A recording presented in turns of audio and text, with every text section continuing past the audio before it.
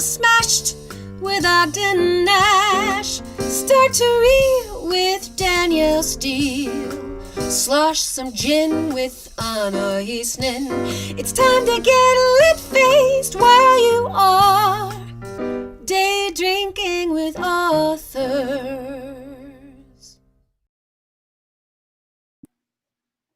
Hey, day drinkers. We're in we've had some technical problems, not gonna lie, but I'm so excited.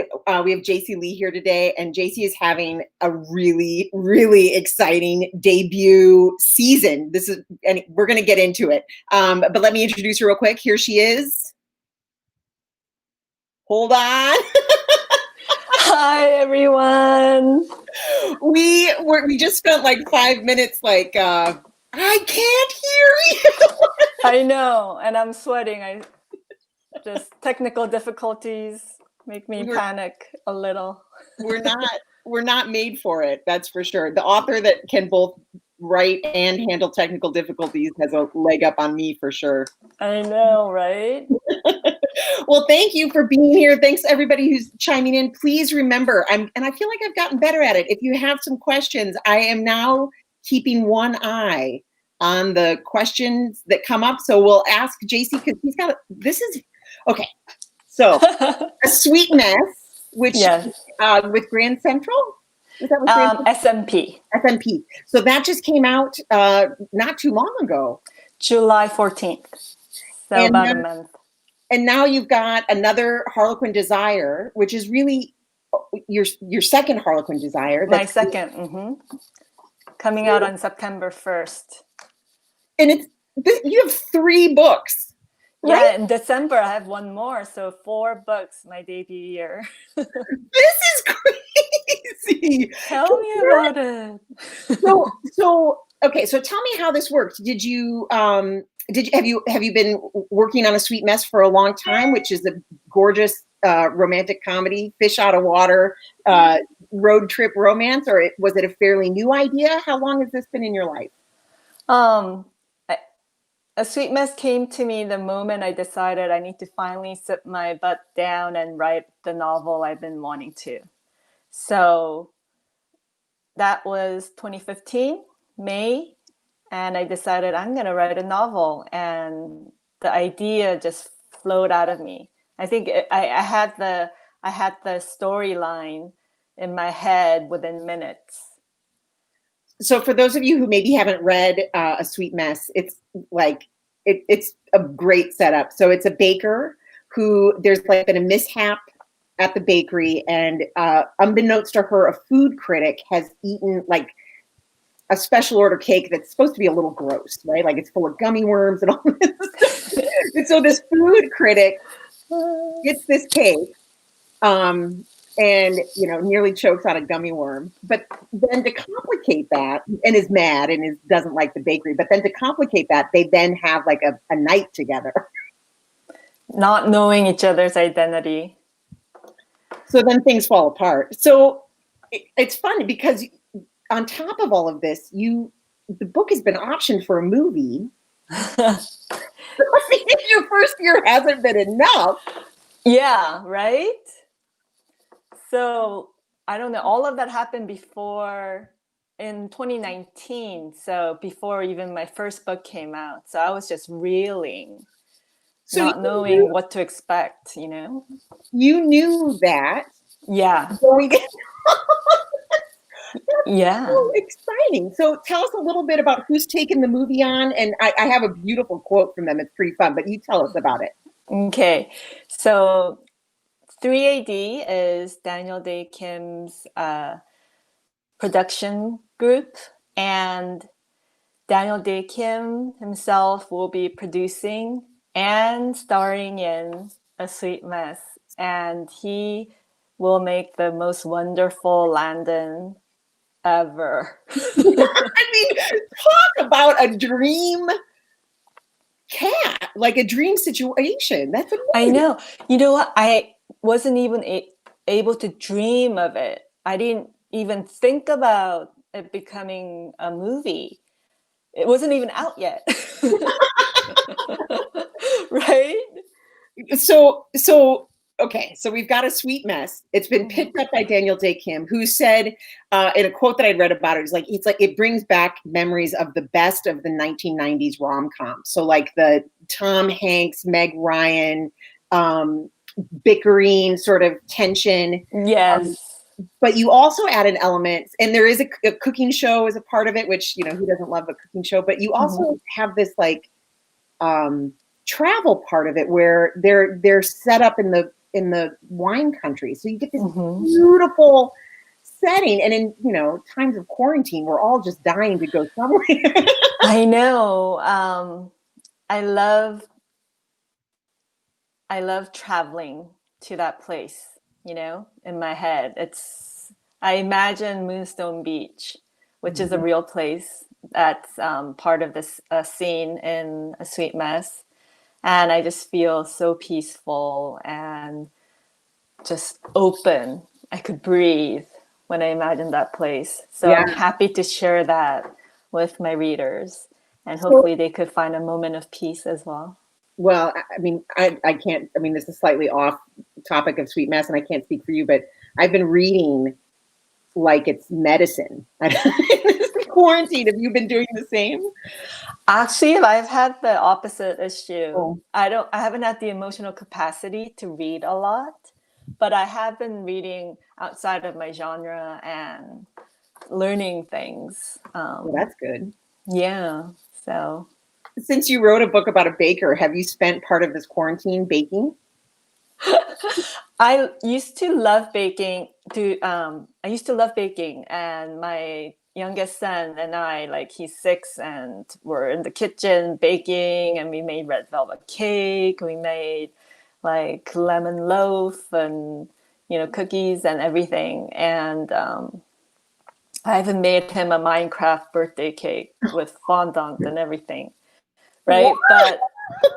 But I got so caught up and busy with my work as an author because I had to write 4 books in 1 year, right? Basically, right? So, so I had to phase out baking. But it's a funny story because I'm like, I feel so bad. My son's like, are we ever going to bake again? I'm like, oh, I'm sorry.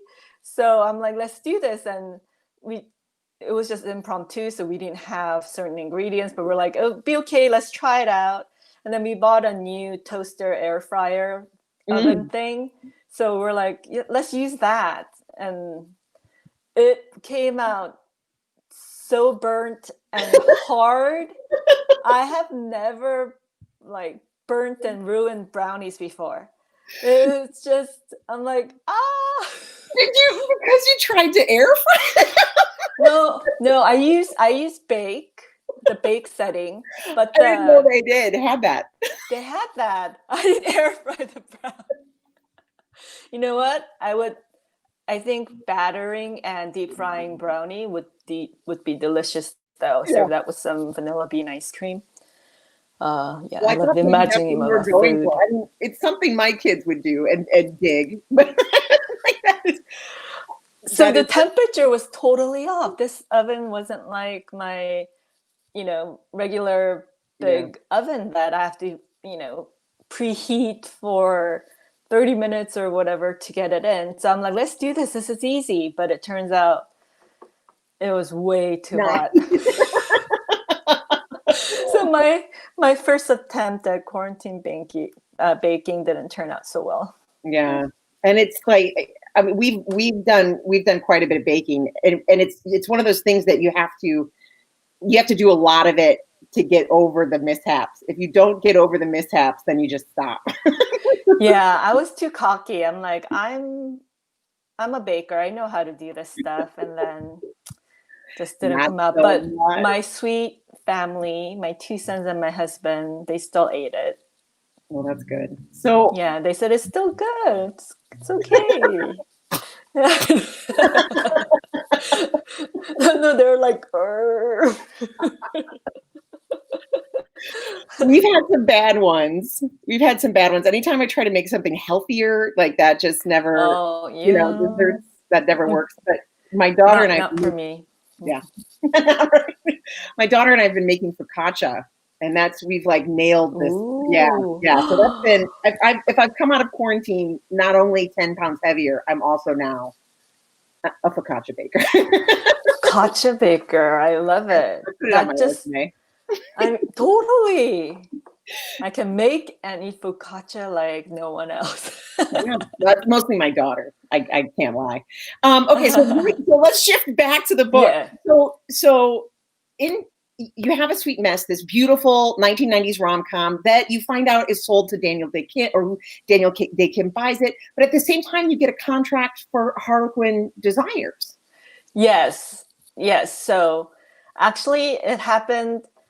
I sold my first book in a 3-book deal with Harlequin in May 2018.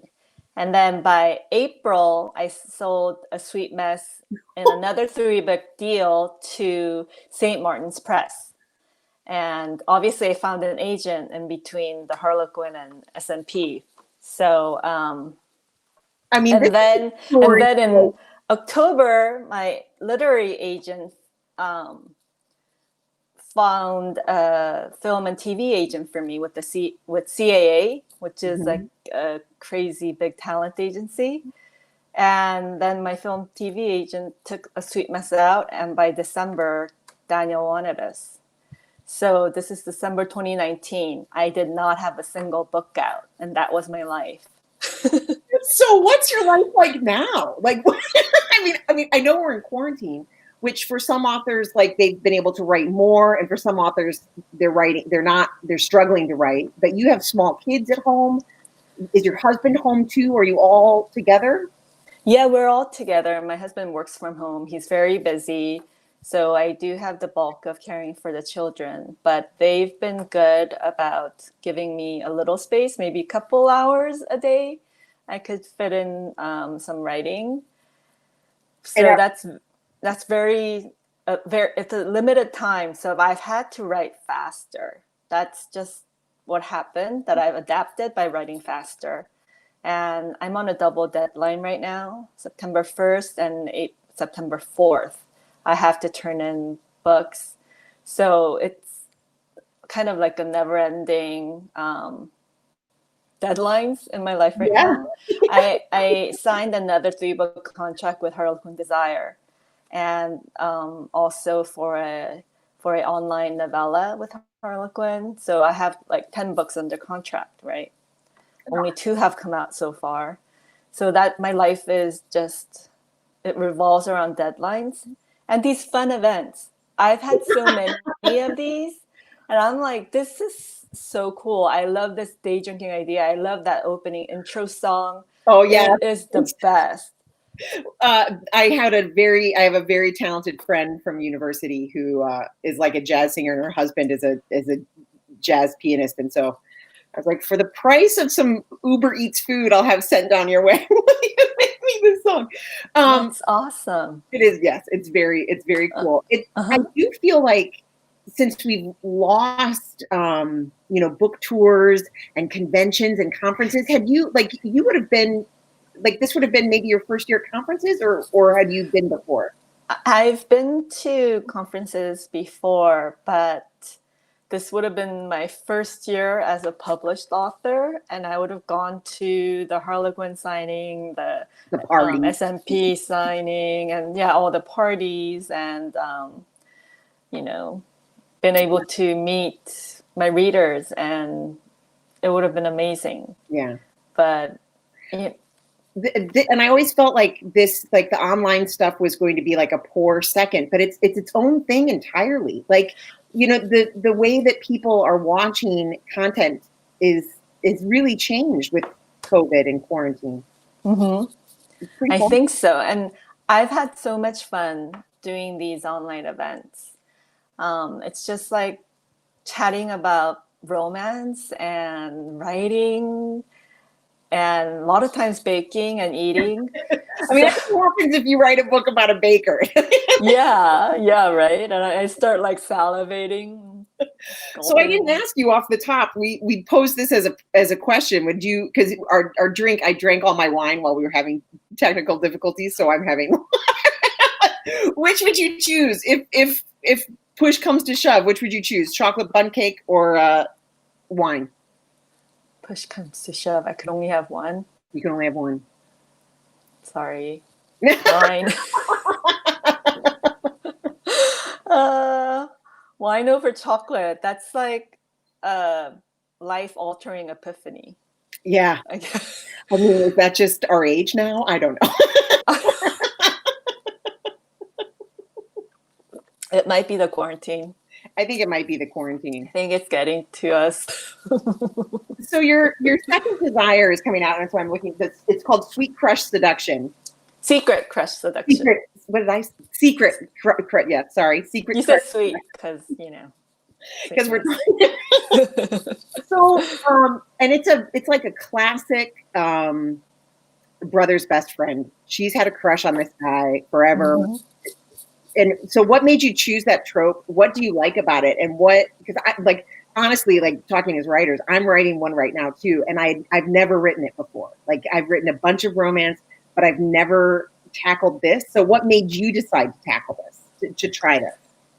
I haven't written any of this. It's my first time writing all these different tropes. Are you a romance reader? Like, do you? Yes. I started reading Harlequin when I was 13 and wanted to become a Harlequin author since I was 14. So it was a dream come true. Yeah. To be part of Harlequin.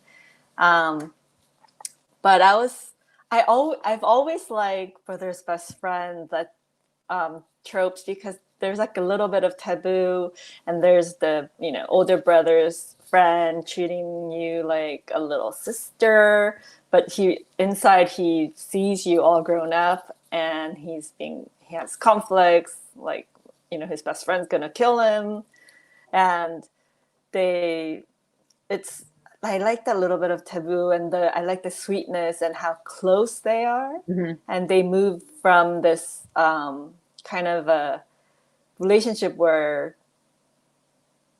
it's like one bridge away. It's through the older brother. Yeah. But then they like come together and become each other's friends as well as lovers, and I just love that combination because I could write about kind of snarkiness. I could write about longtime friends and this comfort that comes from being childhood friends. And then I could talk about things being weird, what's happening between us. I mean, it's such a fun trope to write. I really enjoyed writing this one. I don't know why I hadn't done it before, but it combines the best of a couple of things, because you have that like friends to lovers, where someone's got to be bold and brave enough to say, oh, by the way, like I'm very into you. Mm-hmm. But you also have but then there's also this element of like you said, the taboo or forbidden. Mm-hmm. But then there's also like the idea of someone's been lying, like someone's been pretending. And mm-hmm. I can't believe how fun this is. And I found all of that really fun with yours too. And thank you. Can I show them my cover? We are currently talking about Secret Crush Seduction. Rebecca had a question. So she did. You saw it. Yeah. I realized that I had this little button pushed off with all of our technical difficulties. So I don't know if we had the comments. So if you're here, please comment. Technical problems abound. You wouldn't have the cover of your first Harlequin. Oh, my first cover. I didn't bring it. I was going to show you the Sweet Mess. Oh, show a Sweet Mess. Were you so delighted when that showed up on your email? Yes. My mouth just widened into this smile, like cheek cramping smile. And I couldn't stop smiling or staring at the cover. It's beautiful. It's beautiful. Yeah. It's perfect. The bundt cake, like it really. Yeah, I love it. So what's next in that world? What's next in the Sweet Mess world? So my September 1st deadline I was talking about is for book 2. Her best friend Tara and her best friend's new brother-in-law Seth. Their love story and their happy happily ever after is being told, and it's called The Dating Dare. And it, for me, just writing it was hard during the quarantine. Yeah. But this couple was just so cute and so much fun that they cheered me up when they bantered. So it sounds weird. It sounds weird like that they're doing that, but in my mind, they are doing exactly that. They're the ones acting and saying things, and I'm just transcribing it. Oh. And they're such a fun couple that I got lost and forgot about the quarantine for a couple hours, What a gift. And Tara is a great character. She's the head brewer and owns this brewery restaurant. Mm-hmm. And did you anticipate writing so much about booze? I did, actually. I mean, good. I planned on writing Tara's book from the beginning. I knew from the beginning that she's going to get her own book. And I love craft beer and microbreweries. So I feel like I come from a point of experience. Right. There's one thing I can talk about with any kind of authority, it's beer. Really? No, I'm speaking for you. Okay. I'm like, really? Let's talk about beer. So I could talk about baking and wine, and I could also talk about beer.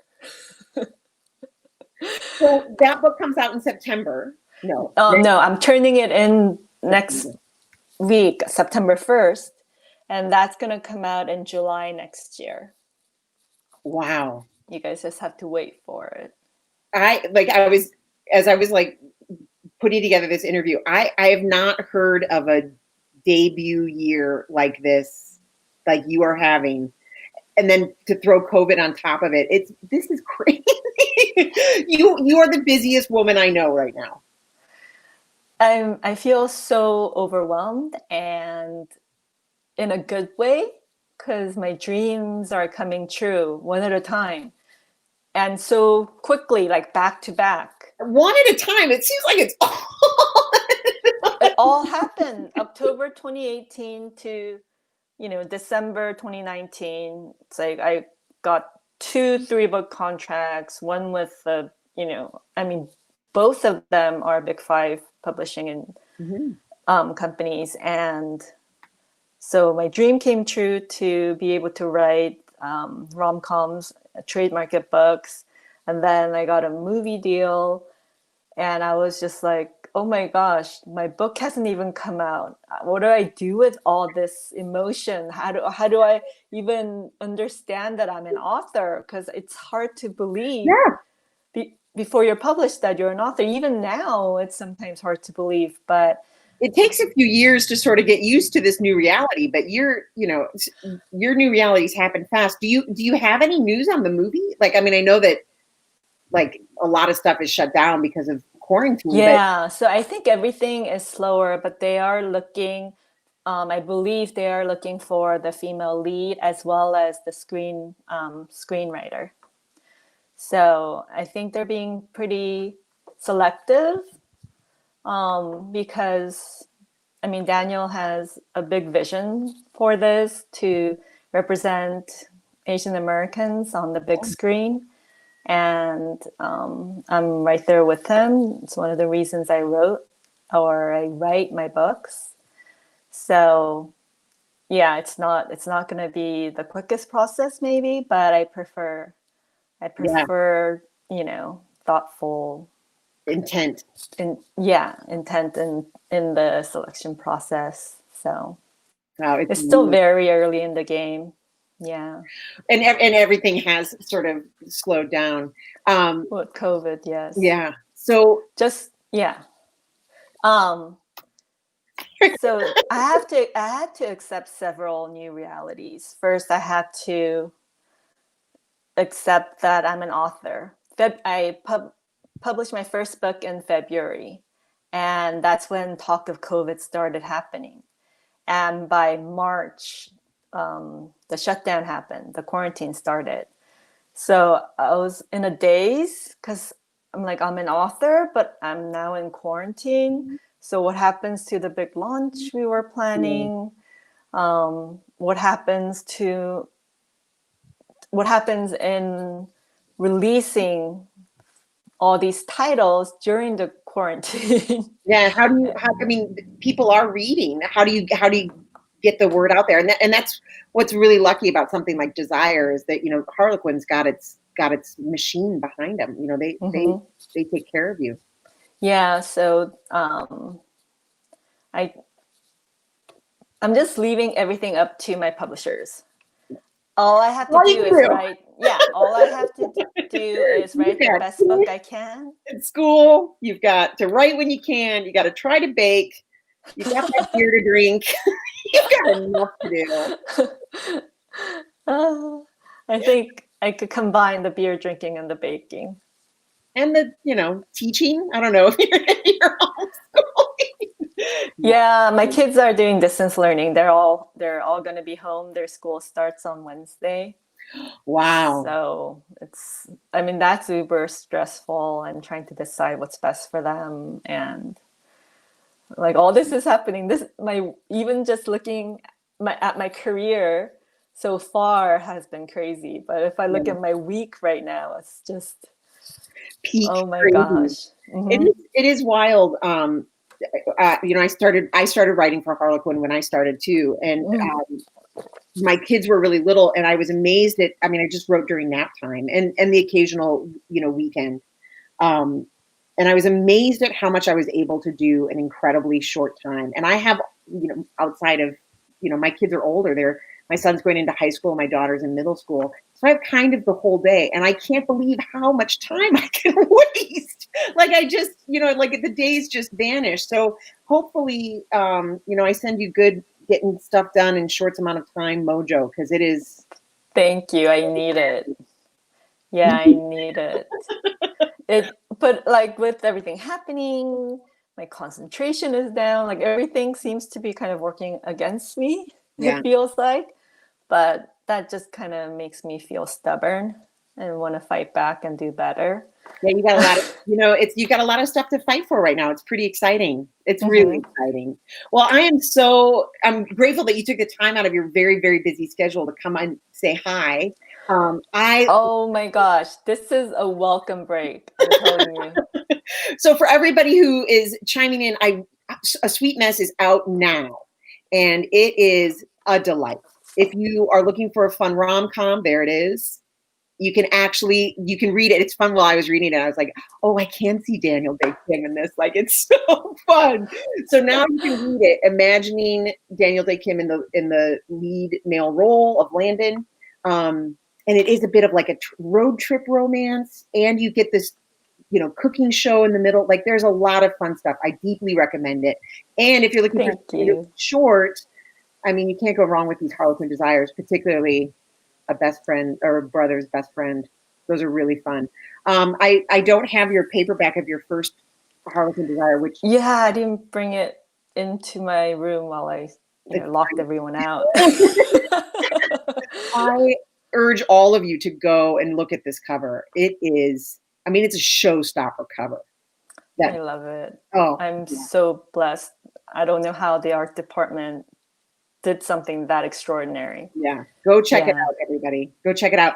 Thank you so much for stopping by. Thanks everybody for stopping by. Stay home, stay safe, read a book, have a drink, wear a mask. Wear a mask, wash your hands. Thank you, everybody. Thank you. See you.